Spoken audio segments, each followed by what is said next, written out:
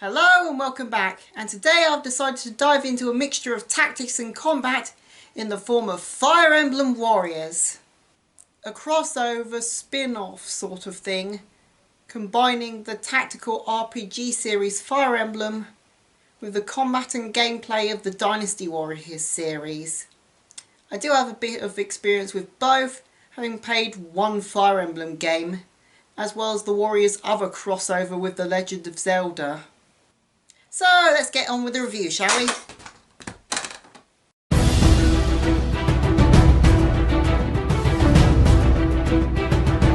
The story takes place in a somewhat generic fantasy kingdom.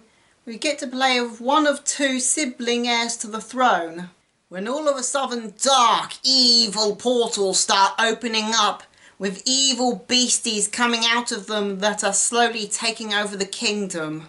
So our two main protagonists have to find and team up with the protagonists of the previous Fire Emblem games, although mostly just Fate and Awakening, use their help to retake the kingdom and defeat the monster behind all of this, the Chaos Dragon.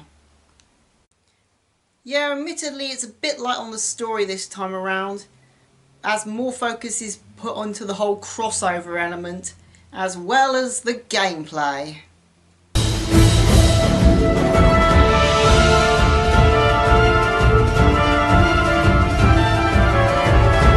The gameplay primarily takes after the Warriors part of the title of being a hack and slash where you knock around and defeat tens if not hundreds of enemies at a time while capturing enemy bases, using light attacks, heavy attacks, dodges and super attacks that charge up over time. Where they take influence from the Fire Emblem series, however, is through the number of AI companions you can either switch to, team up with, or order around to help out with objectives. You can equip different weapons and items, level up your character through battle, give them class upgrades, and build bonds between members of your team. Another Fire Emblem tradition that is thankfully optional is the permadeath system, where if a character you're either playing as or is being controlled by the AI gets knocked out in a fight, they're dead for the rest of the game unless you pay a large sum of money to bring them back. There are two major modes to this game, the previously mentioned story mode as well as a history mode where you get to play through sort of recreations of famous battles from the Fire Emblem series.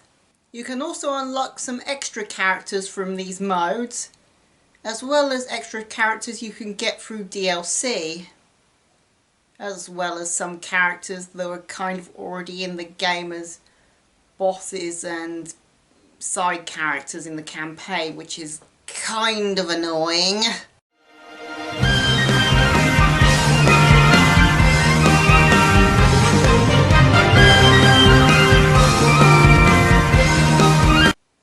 The graphics look mostly decent for a Switch game, with the character models looking pretty good and the attack animations looking flashy and stylish. However, a place where the graphics don't shine are the aesthetics of the levels, looking pretty dull and boring at most times. And the ground textures look kind of pixely at places. And as for the music, do I even really need to say at this point? I'll just let the man cook. Cook? What do you mean cook? There's no cooking involved. What on earth are you talking about? Anyway, the game does slight variations on existing songs from the Fire Emblem series, with the main theme being a march with some form of pomp.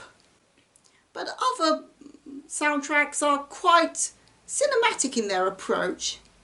Most of the music is quite melodic, with a few unusual twists at times, like a sort of main theme orchestra-like thing ending with a bit of jazz piano, or another sort of main theme-like music with a bit of heavy metal guitar thrown in for seemingly no reason. Even the boss theme is okay to listen to, although not one for harsh discordant music.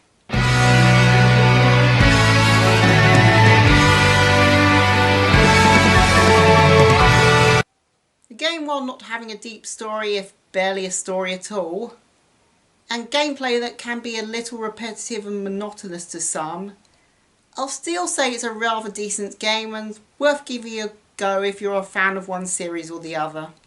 Maybe I'll play some more Fire Emblem or Warriors games in the future, although I can't guarantee anything at this point. Well, that's all from me, but before I go, is it just me or does Marth's voice actor in this game sound oddly familiar? Holy shit, it's Ben 10! Oh, and also Sasuke Uchiha apparently?